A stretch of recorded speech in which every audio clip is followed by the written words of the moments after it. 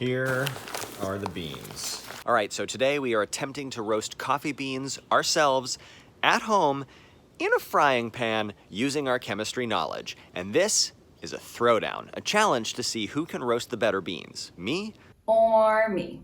It's definitely me. Okay, so to prepare for this challenge, I read a bunch of coffee roasting blogs and then really went down the YouTube rabbit hole.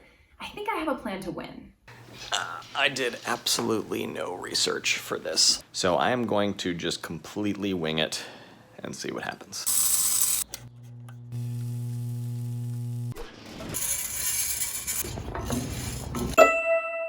I'm really doing a terrible job. I'm already burning the outside of the beans. Are these supposed to end up looking like normal coffee beans? Yeah. Yeah, I don't think it's working so much.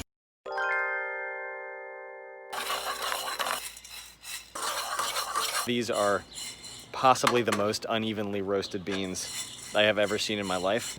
This is what professionally roasted coffee looks like. Look how even that is. And then look at mine. Professional, mine. So about 10 minutes on the grill, they were still greenish yellow. I bring them in here, I crank up the heat. Yeah, these are really unevenly roasted. Well, I am definitely not winning this challenge with these beans, so I'm gonna try again.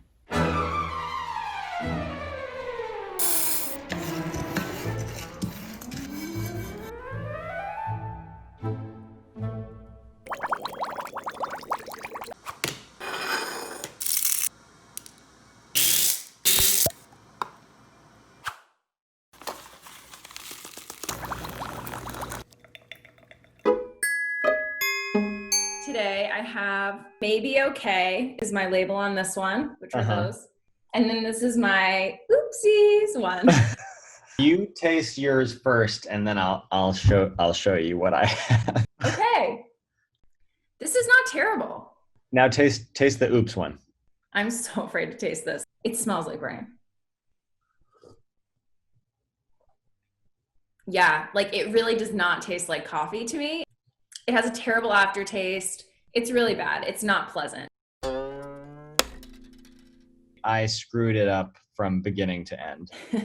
And this is my cup. Okay. I don't know if you can tell, but it's a lot lighter than a Yeah, it looks pretty weak. Okay, let me taste it.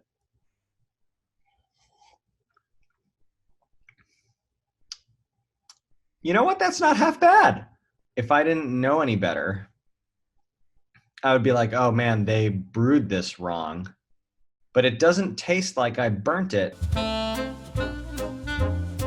So we both made mediocre to straight up bad coffee, but it got us thinking. Could we reach out to a professional coffee roaster, someone who does this for a living, and get some tips or tricks or something to make home roasting in a frying pan actually work? So I decided to call up someone who actually knows what they're doing. And I'm doing this interview without George to make sure I win. Candy Schibli is the founder of Southeastern Roastery, where she is also the head roaster. First of all, let me commend you on your exploration. I love it. That's like a really nice way of saying, like, here's a participation trophy. Was there anything when you started roasting, maybe it was during the process itself, that you were so surprised by? Probably what surprised me most, the actual sound. There's a sound component and a smell component that goes along with coffee roasting. There are really distinct cracks in coffee that indicate a point in the roasting process, and like at what point those cracks happen and how like frequent they are, how abundant they are, if they like roll slowly, if they're like really, really popping, you know. That's the thing about coffee roasting that I found so interesting, is that there's a very fine line between something tasting really good and then taking it too far and having it be really gross. It's generally a few seconds. Yeah, that's so much pressure. There's so much that could go wrong so quickly because of all the stuff that's in a coffee bean. So what is that stuff? They're mostly made up of carbohydrates like cellulose and soluble carbs like sucrose and glucose. They're also made up of lipids, proteins, and the amino acids that make up proteins. All of these components are affected during roasting and are important for the smells and tastes that you associate with coffee. And maybe you've heard about the possible health benefits of coffee that have to do with antioxidants. Well, the antioxidant chlorogenic acid makes up about 10% of the bean. Caffeine, which I would personally say is coffee's #1 attribute, makes up about 2%.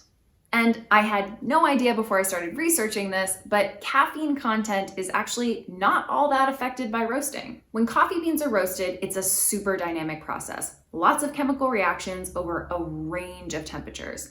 Here's a really simplified version of that. If you're roasting beans on a cast iron skillet, get it to about 200 degrees Celsius, then throw the beans in. When you drop the beans into the skillet, they start absorbing heat. Beans start to turn a yellowy golden as compounds like chlorophyll start decomposing. It kind of smells like you're popping popcorn or burning toast. The temperature of the beans builds. At 100 degrees Celsius, the water in the beans will start to vaporize. Pressure from that water vapor, or steam, builds up enough to cause the first crack. Nearing 200 degrees Celsius, the temperature of the beans continues to rise, and sugars, proteins, and lipids begin to decompose. This is a process called pyrolysis, and it leads to the creation of some of the fruity, citrusy flavors we associate with coffee, as well as melanoidins, which give the beans their color. At this point, a bunch of different gases, like carbon dioxide, are building up in the bean. Those cellulose walls can't contain the pressure, so they crack. That's the second crack. A bunch of aromatic compounds are also released during the second crack. The bean is now medium to dark brown in color and has an oily sheen from the lipids that can now reach its surface since the cell wall is ruptured. All right, first things first. If you're roasting coffee at home in a frying pan, it's gonna be really hard, if not impossible, to get evenly roasted, amazing coffee beans. But if you have no other choice, here's Candy's advice. Having a cast iron skillet, I think, is a good idea, particularly because it's a very even heat. You want to start the grill at about 400, and that includes the pan itself.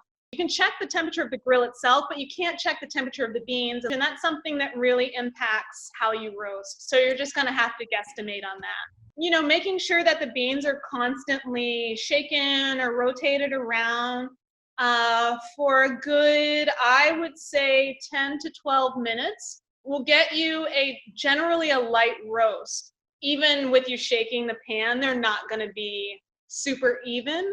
I'm excited to really just dive in and start roasting. I want to taste some. You got to roast and send some to me. I don't know though. I'll be really embarrassed because you'll be like, these are still really bad. Time for take 2. What I'm going to do differently this time is roast the beans on a much lower heat setting, and hopefully that'll take a longer period of time. Let's see how this goes.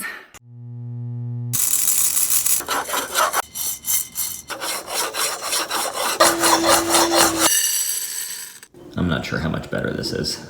Not too bad. I'm really excited to do this. George, you want to go first? Here is attempt number 2 in success mug. Honestly, it does not smell any better than the first time.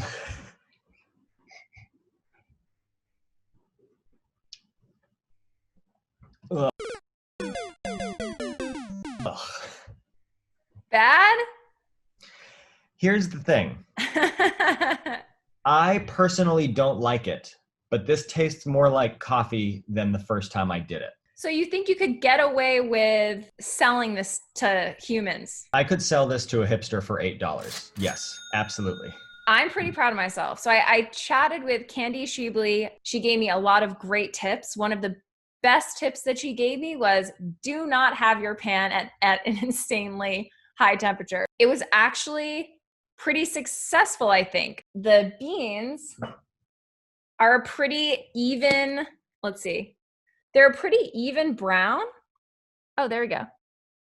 So not too bad. Moment of truth. This is legitimately good. I'm so proud of myself. Actually, I'm so proud of myself for taking Candy's advice. I was going to say, we can thank Candy for this. I followed directions and I'm really happy about that. That's my win.